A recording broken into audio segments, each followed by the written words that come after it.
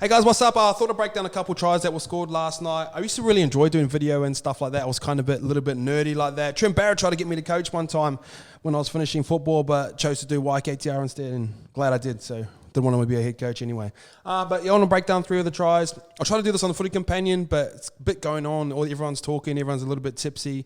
I think I see the game a little bit different than Justin, and Justin sees the game a little bit different than me, and then I see the game different to Denon and like stuff like that. So I'll just do a little bit of analysis on how I see the game, and I'll see if you guys fuck with it or not. So let's just roll through the first try straight away. Nathan Cleary, got Kikau getting up here, back to Jerome, quick pass out, boom. So that kind of looks like a luck try or an effort try where the boys have just gone up and competed and things have gone well. But there's actually a bit of strategy behind this. On Tuesday, Wednesday, you have a halves meeting. I've been coached by Trent Barrett. I've been coached by Ivan. They go on with a kicking plan. Like, when teams don't just rock up and tackle 5 and just start looking around like, oh, fuck it, let me just put it over here. When you got a guy like Nathan Cleary, who's a fucking smart footballer, and you got smart coaches around him, they know exactly where they're going to kick. When I look left and I've got Kikau and I've got Yktr and I've got NATO, and they're all over 6'3", it's probably a good place to kick. But I want to talk about this thing we used to call Jack and Jill. So here we go, Nate putting up a kick. One, he puts it into no man's land. So as you can see there, Gagai's had to take a little bit of a step back, and he's going to roll into this.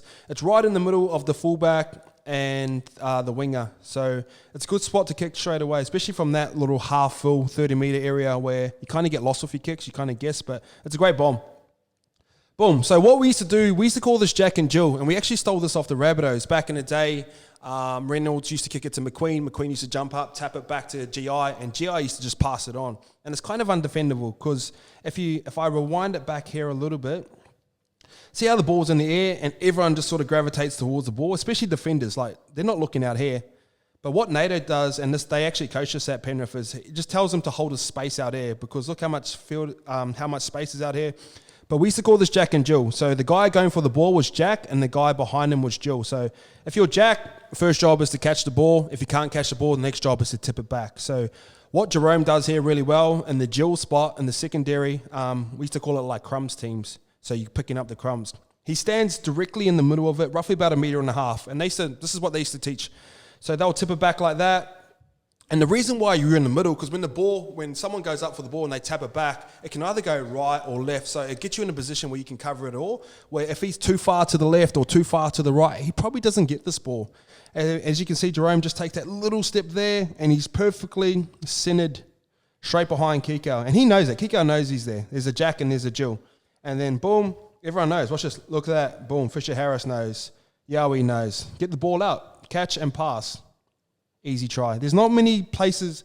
They used to call it undefendable. If you can do that perfectly, it is undefendable. And this is kind of a bad example, but next time you watch the Panthers and you get Nathan Cleary kicking in this good ball zone, we used to call it like a 32. So a 32 means you landed on the half's head. Half's usually shorter than a back rower, and they get up. So if Kikau gets up, that means Jerome will be if Kikau's Jack, that means Jerome will be Jill. If Ykt's Jack, that means Kikau becomes Jill. So Yktr will go up, and then Kikau will sort of slightly sweep like that. And then if we kick it all the way to the winger is Jack, and then the center comes on the sweep on Jill. Dean Fudde probably does it the best. So they'll kick to that corner, and you'll watch him sweep slowly. It looks like an effort try, but there's a lot of practice and a lot of strategy that's actually gone behind that. One, it's a kicking plan. Nathan Cleary's putting it on the right spot and kicking it to the right people, landing it in that sort of middle area, and kicking it to your best jumpers. You got Yktr there, you got Kikau, and then Jerome does a Jill.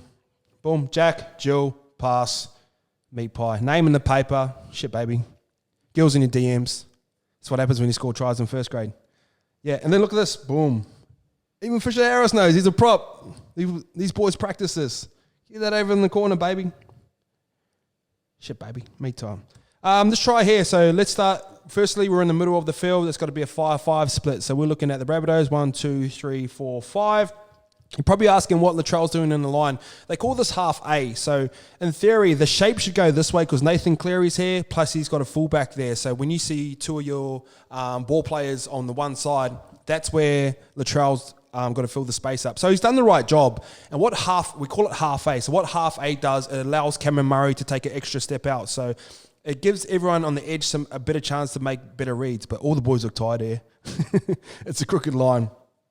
But this is great ruck recognition from Jerome. So what he can see here, what's the most obvious thing that you can see here?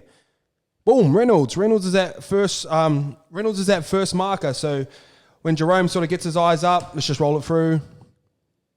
We'll come back as well. Let's roll that back. So he's recognised that. So Reynolds at marker. So that means these guys out here aren't used to defending next to each other. So you got Campbell Graham here.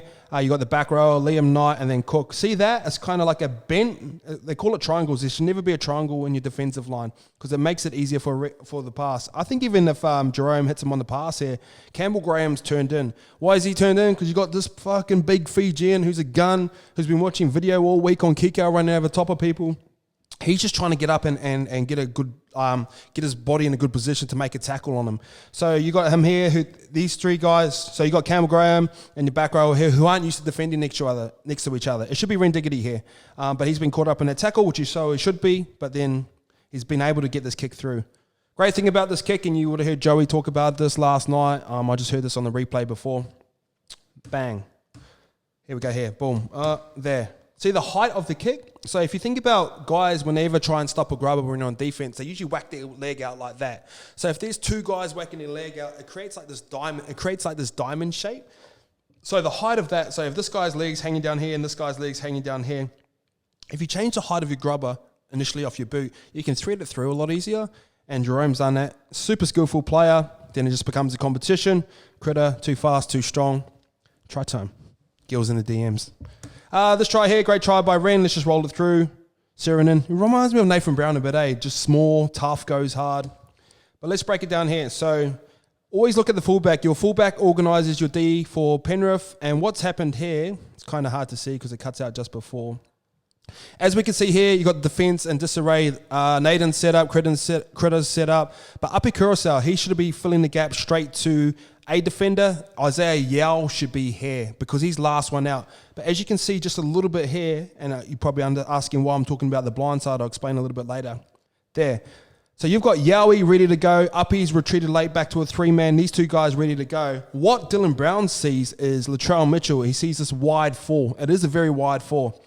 So what Dylan Brown does, he's trying to do the right thing. He's trying to fill the spot there. So what Dylan Brown done, he's actually trying to do the right thing. So and his processes are actually right. He's trying to cover the blind side first. He's seen Uppy's a little bit late back. So he's trying to fill that space to make it a real four. But because the play of the ball is so quick, Zane Tedovano hasn't been able to get back. As we move it forward just a little bit there. Moses Leota, he should be tucked in here a little bit more. When the play of the ball gets quick, everyone should be moving in that way a little bit. But he's held wide at B because he's expected Zane to get back to A. But Zane sort of missed the jump. Boom. Reynolds has seen that. He's just gone straight at the B, inside ball. And then as you can see, everyone's trying to cover, but it's just too late. It's a flat ball. It's fast. It's square. It's quick. And it's inside. And it's just race off to the races. Meat pie. Try time. Gills in the DMs. So yeah, that's just a little bit of a breakdown on a couple of the tries that were scored, just probably from a higher level, sort of the type of stuff that you'll see in the video section that you'll hear from coaches, and a lot of it comes off the back of D. So watch where the fullback is, they'll organise their defence, and the reason tries are scored is one, they've either practiced it during the week and they've executed perfectly, or two, there's a breakdown in defence somewhere, and I think hopefully that breaks it down a little bit more for you.